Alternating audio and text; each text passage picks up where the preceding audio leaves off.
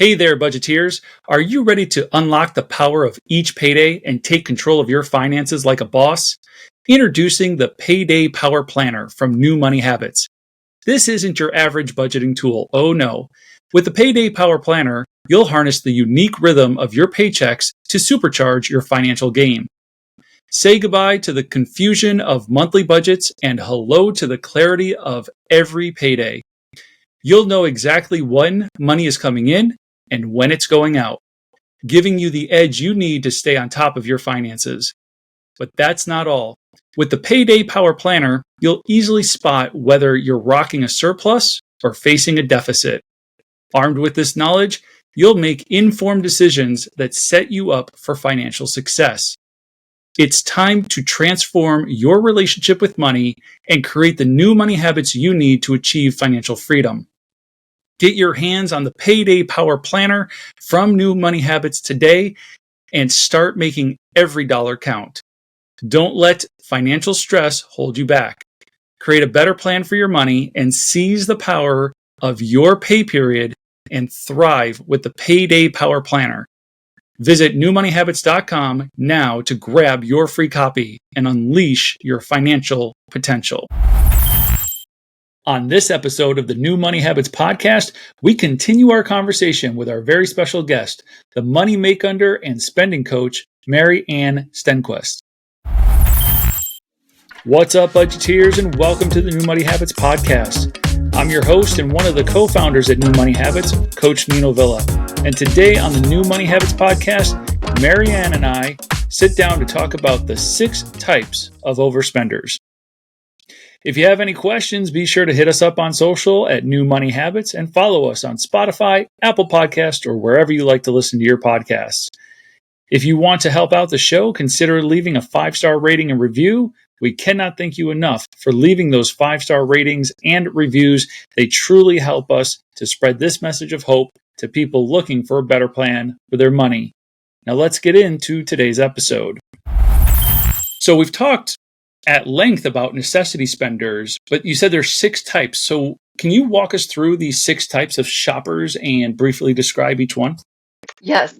So the necessity spender, as we've said, spends most of their money on necessities, and they're things that are needed for the household, and they're usually for themselves and for family members or close friends. And the purchase depends on the need for the item. And we gave a lot of examples of things that are necessities, but when out of balance, they can be kind of skewed, where it's a necessity, but it could go either way. And then we have the bargain spender. The bargain spender spends most of their money on bargains, and the purchase depends on the price, not necessarily the item. And so it's the price that gets them, and they usually say, well, I'll find a use for it. I know someone that needs this.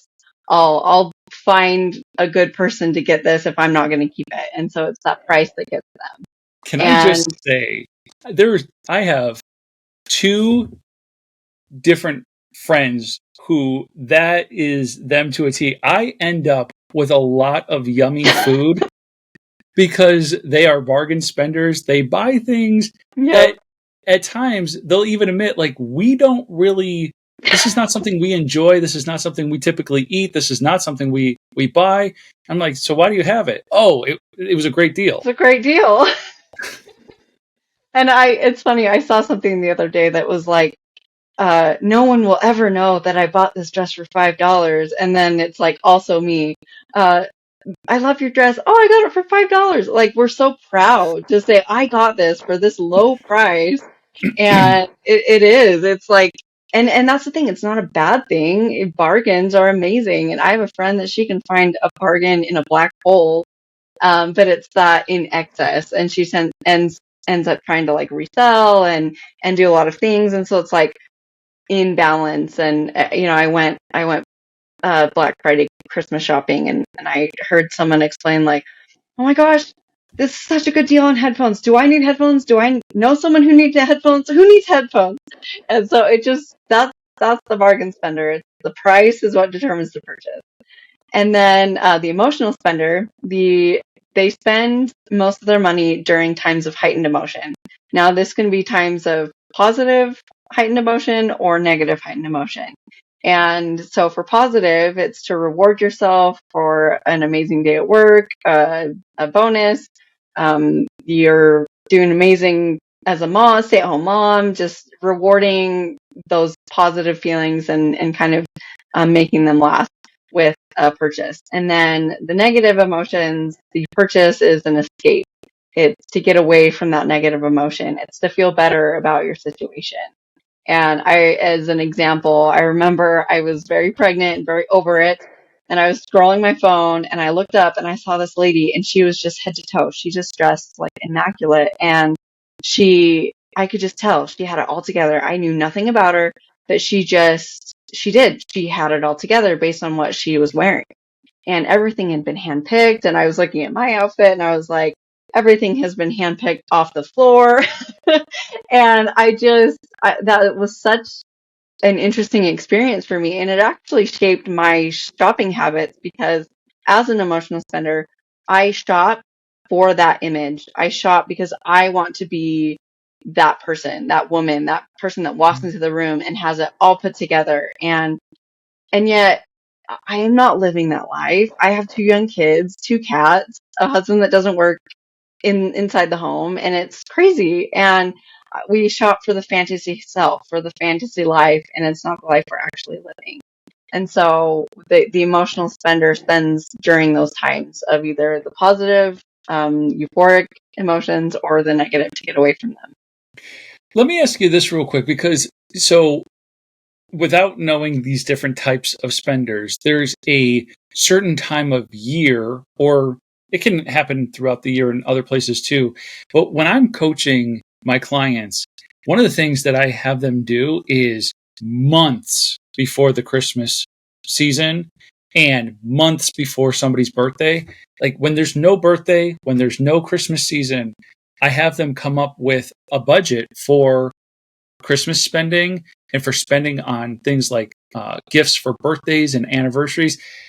And one of the reasons I say we do that when we're outside of those seasons is because I'm trying to get them to let go of the emotion that what I've noticed, and again, without the same expertise that you bring to the table, but I'm wondering if you see a correlation here, is I've noticed that my clients, if they do not plan for Christmas early and when they have no emotion tied to it, that it is really easy to overspend because they either feel guilty that they've procrastinated or they feel like they're not doing enough and that they need to do more.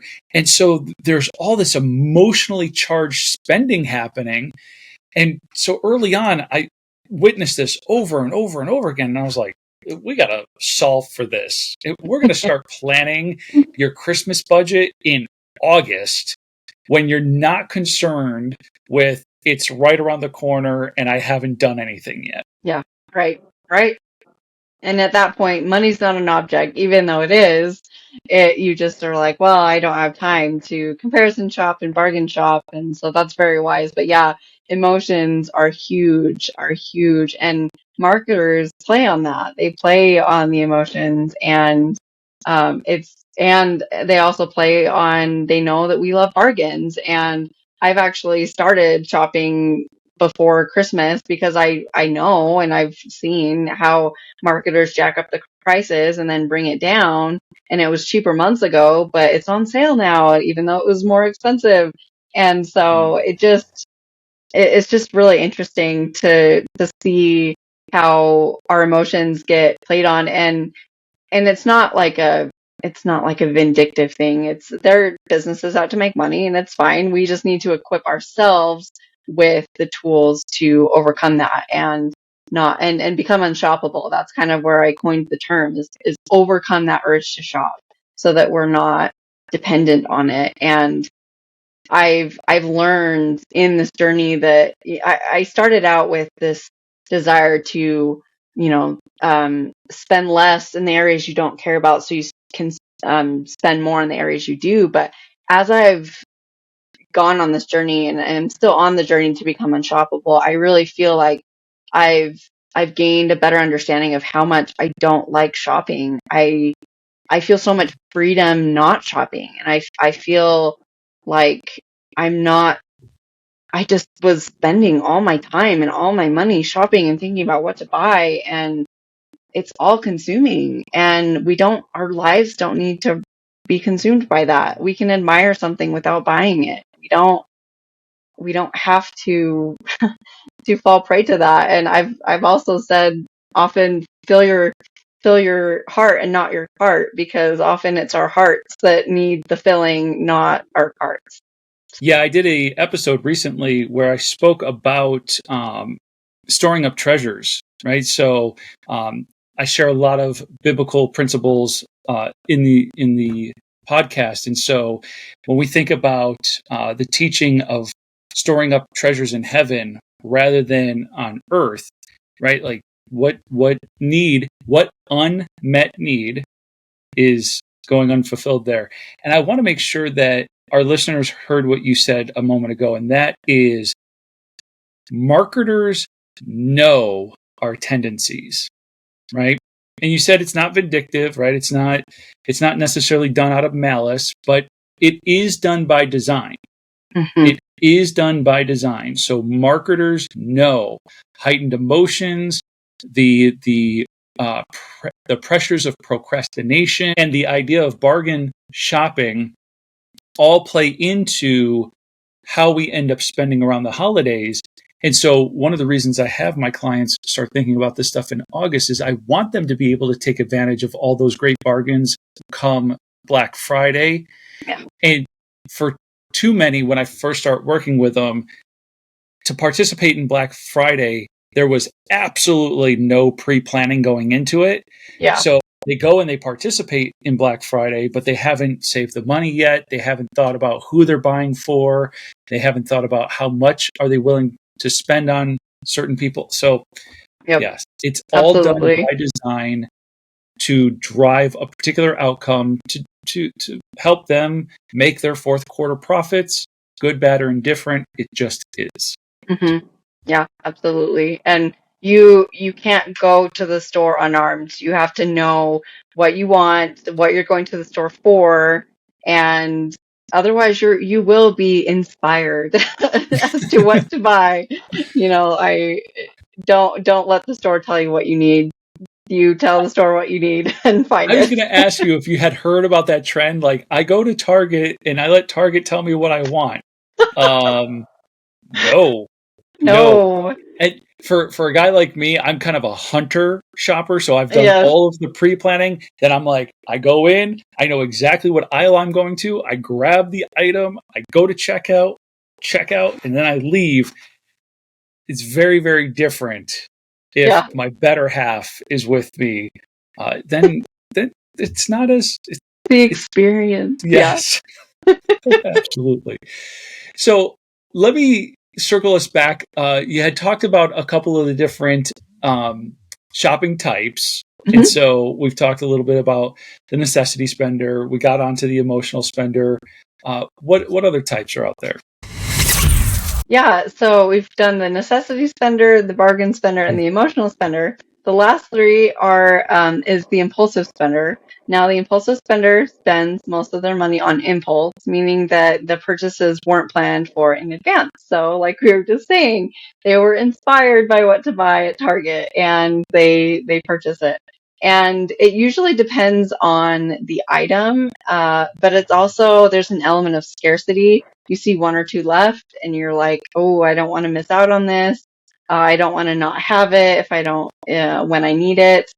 And there's also, if there is a bargain, you don't want to miss out on the price. It's never going to be at this price again. You're kind of scared to miss out and scared to not have it when you need it. So I can see you smiling. I'm sure that. I laugh because this was years ago, but some 5, 7 odd years ago, right after Easter, Cadbury eggs were on sale in the clearance section, right? And a pack of 5, which would cost you like, I don't even know how much, $2.50 nowadays. I don't know. Yeah. Each one was on sale for like 25 cents. Oh my So God. I got $11 worth. That's like 44 boxes of Cadbury. Because where was I ever going to get them at 25 cents a pop for Oh a my box of gosh. 5? See, now here's where the spending type comes into play. So I'm an emotional spender, and so I missed out. We were on vacation during Easter and I missed out. I didn't buy the Cadbury eggs. I came back. I was so disappointed that I missed out on the Cadbury eggs. I bought some on Amazon and I got like 4 for $7. Like that was a ripoff, but I was like, I Oh, want my Cadbury eggs. It's ridiculous. Like I was gypped and I willingly was like, yes, I want those eggs. I mean, there's no logic to that, but logic is just gone at that point. I was like, I want my eggs and I don't want to wait until next year. wow. So, so yeah, I mean, it happens. It happens and there's a reason behind it. And it's so easy to be like, oh gosh, like have some self-control. But for everyone, we have our own thing. Everyone has their own thing. And yeah, even another impulse decision I made was a purse. I really love purses and I found the perfect purse that was the perfect mint green that I've been looking for forever, and it was just such a thing. And I pulled it down, and it had some embellishments on it, and I was like, I don't like embellishments. I like it to be plain and solid. So I asked the cashier. I said, "Do you have anything without this?" And she said, "No, we don't keep those. They're so popular." And I've been looking for months, and so I bought it, even though I was like, "I don't like this. I don't like the embellishments, but I love the color." I was scared to miss out. There was only one left. Never gonna get it again. And I was like, I'll live with the embellishments. Well, sure enough, when I got home, the thing that bothered me in the store was the thing that bothered me when I got home. I literally said, "Do you have another purse just like this without the embellishment?" We say that, and then I even told myself, if I don't like it, I can take it back. Why are we buying something that we say, if I don't want it, I'll take it back? Then you shouldn't buy it. Easier said than done. There are just so many things that defy logic when we're spending. Yeah, much easier said than done. And I find myself saying it all the time. Yes. Yes. And that's why I'm very like non-judgmental. I try to share my own Cadbury egg stories, things like that, because it's like I'm human. I'm struggling just like you. We're all in this journey together to become unshoppable because it's a lifelong journey especially for overspenders. So yeah, so that's the impulsive spender, and then we have the passive spender. So the passive spender spends most of their money on it's really just a variety of things. And for the passive spender, it's like the name implies, it's passive spending, meaning that money is not intrinsically motivating for them. And so when choosing between money and the item they want, they're always going to choose the item because that is more valuable to them than money. So there are people that are like, you only live once, Mm. money's meant to be spent. You just got to embrace the opportunities when they come, otherwise you miss out on them. And so for them, you have to find something that's more motivating than money. You have to find something that they can use their money for. Otherwise, it's just going to be spent passively without really thinking consciously. Yeah, and you just said something that I want to unpack there for a second. You have to find something that they want more. So you've hinted at it a couple of times that sometimes we're even spending money on things we don't want, and we're overspending in categories that we don't really care about. What have you learned about that paradigm? That just sounds kind of oxymoronic. Like, I Yeah. don't care about this category or I don't want this thing, but I'm going to overspend on it anyway. Yeah. In the moment, we aren't thinking logically. The only logic is getting to the store and seeing something I like that. And then it's I want it, and then logic just goes out the window. We get emotions in it, and we'll have little thoughts like, oh, I don't need it. Oh, it's not that great. But then we'll have the justifications of I deserve it. I've worked so hard. It's been so long since I've spent money. There's all these reasons, and to our brain, that's almost like permission. It's logic. It's you have a reason. go for it. And I also think that, well, it's backed by science that our brain is very poor at evaluating quality when it's looking at just one item. So if it's just item specific, if you just had a sweater that you were looking at and it was $39.99, you wouldn't know the value of that sweater. You wouldn't, it's subjective. It's depending on the person. But if you have the sales price of the $39.99 and now it's down to $19.99, then you have a comparison point. It's half the price. It's how much reduced. Same with having something we want versus something we want more. We have to have something constantly in our mind that we want more than anything, because that will be the comparison point. If we don't have a comparison point, we're going to get the cheeseburger every time. We're going to get the Cadbury eggs every time. We're going to get whatever it is every time because we don't have a comparison point. The brain just says, I want it, let's get it. But when you compare it to something, then you can say, well, I want this, but I don't want it as much as this. And unfortunately, we lose that because it's the I I want this and I want this. I can buy either, but I can't have both. We've lost that with credit cards and with debit cards, with credit cards, because we have access to money that we don't have. And we also have, even with debit cards, we have access to money. We don't realize that the $20 we just spent for the first thing we wanted is gone. We can't get that $20 back. But we think, I'll just spend another $20 and get both. We've spent 40, but it's all lost in the numbers. It's lost in the swipes. It's lost in just, I don't want to have to choose. I don't want to have to restrict myself.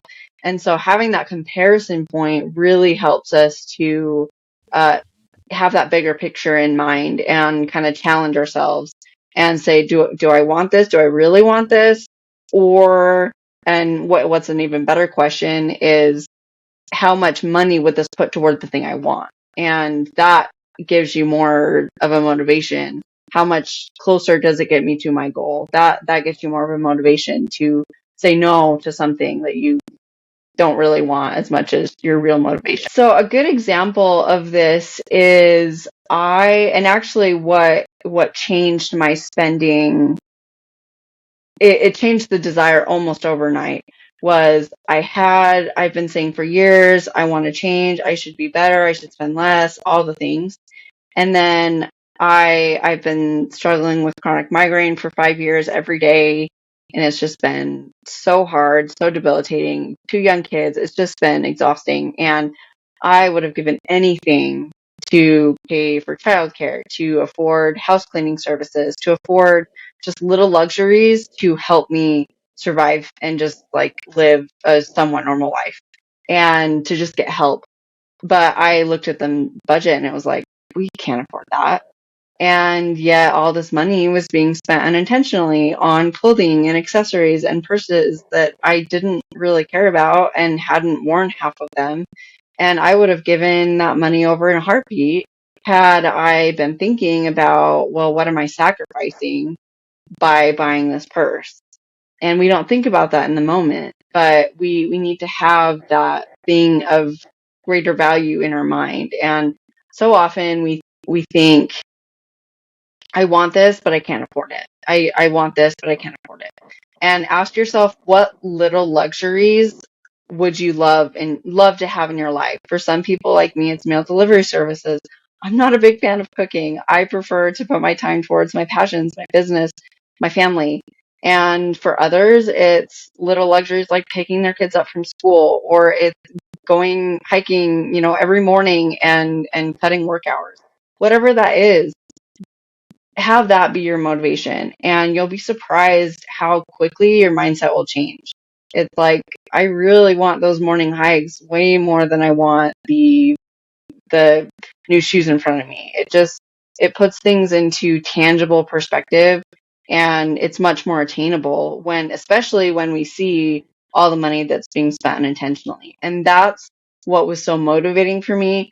I was almost anti-budget before because it felt restrictive to me. And then I saw all the spending that was happening and I went, oh my gosh, I could have afforded childcare for 6 months with all of my spending that I've been doing. And yet I had no idea. And so seeing that money and saying, I can put this towards something I really care about and actually have a good financial foundation that I've been craving, it's so much more motivating than saying, I have to cut back. I have to do this. I have to. What about I can do this and I want to do this? That's much more powerful and motivating. Mm. Yes, but then I need the new hiking shoes in order to I go know, I just hiking thought every that. month. Nope. Stay strong. You can use your old shoes.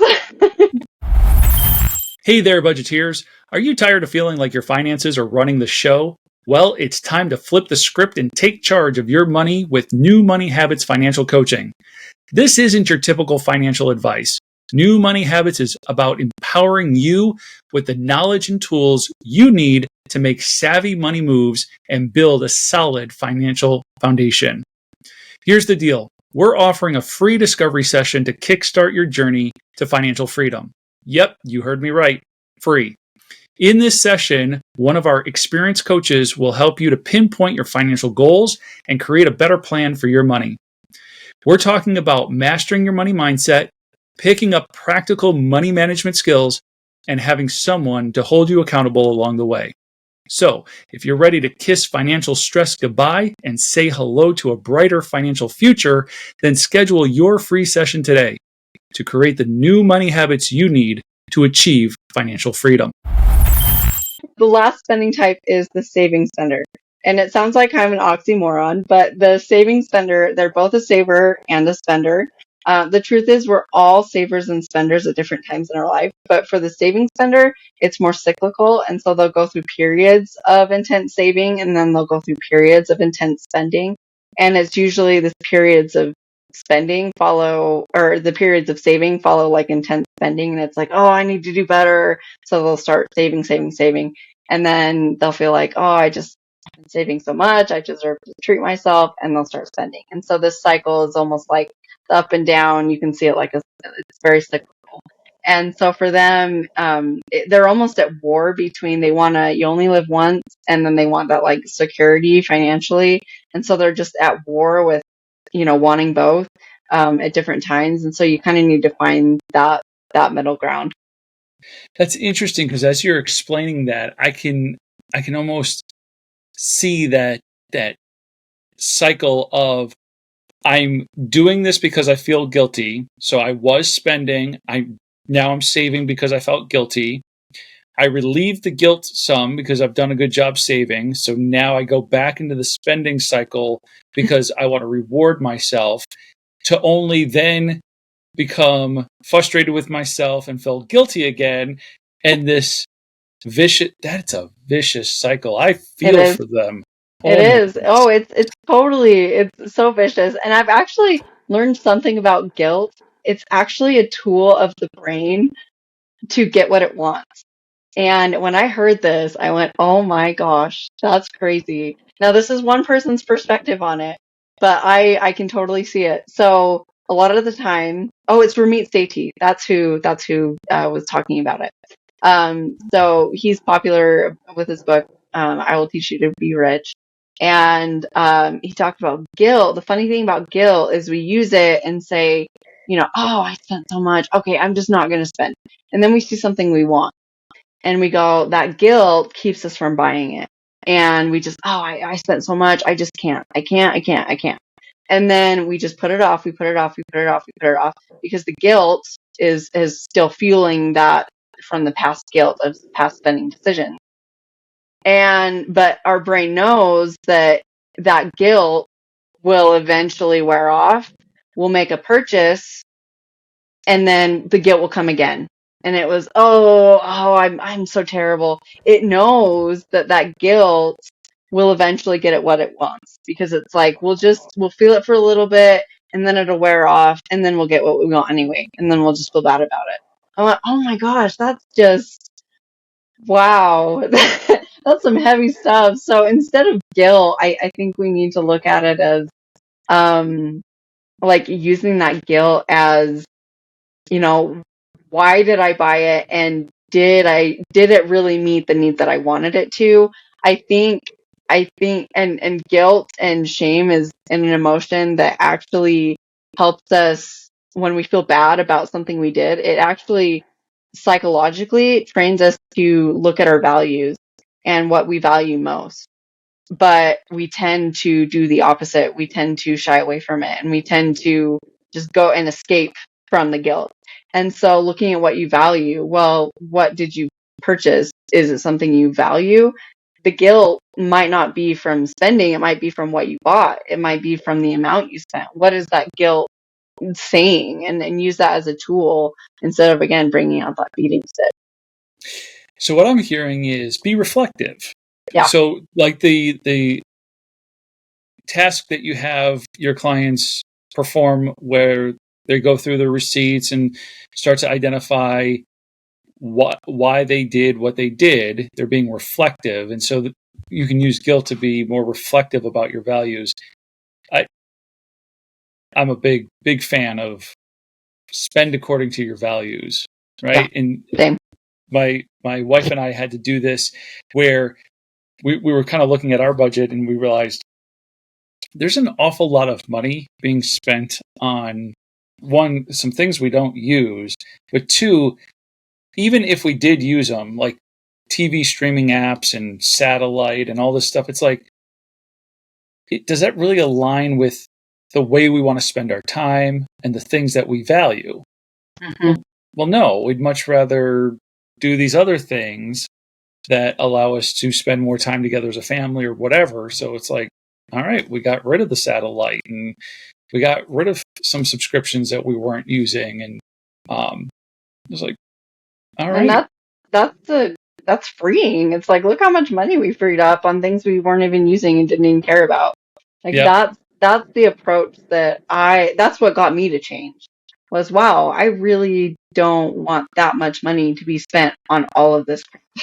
It's not doing anything for me. Let's be honest. It makes me feel good, but it was kind of masking a deeper void, and I was buying things but I was actually buying items that were direct replicas of things on Pinterest for a cheaper price, but I was trying to be creative, but I was using outfits that were already created, and it was like I was stifling my creativity and trying to buy these items that were already created in someone else's mind. And I realized that, like, the freedom of expression and creativity and just wearing what I have and creating my own outfits, and then it led to discovering, like, the creativity in myself with my spending habits, and then my business, just being reflective about what you're buying and what it says about you. Or is it really meeting your needs, or is it just something that you're doing to pass the time? We've run out of time on today's special episode of the New Money Habits podcast.